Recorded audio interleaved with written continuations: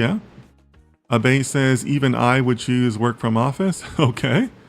And Abe looks like he's agreeing with Patrick. Yeah. Yeah, Patrick, I think Patrick is making a really good point.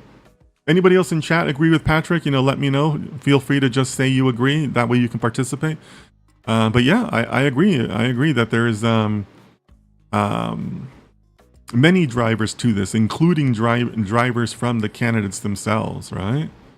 I mean, because unemployment does stink, right? So people would definitely choose this over, people would choose to go into the office rather than be unemployed.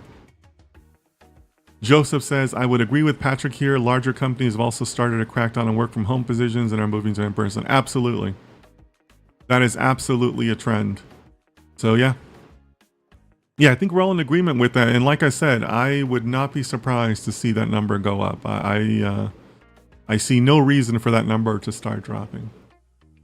Okay, let's go to the next page. Let's see what else this report has for us. Okay, this is interesting.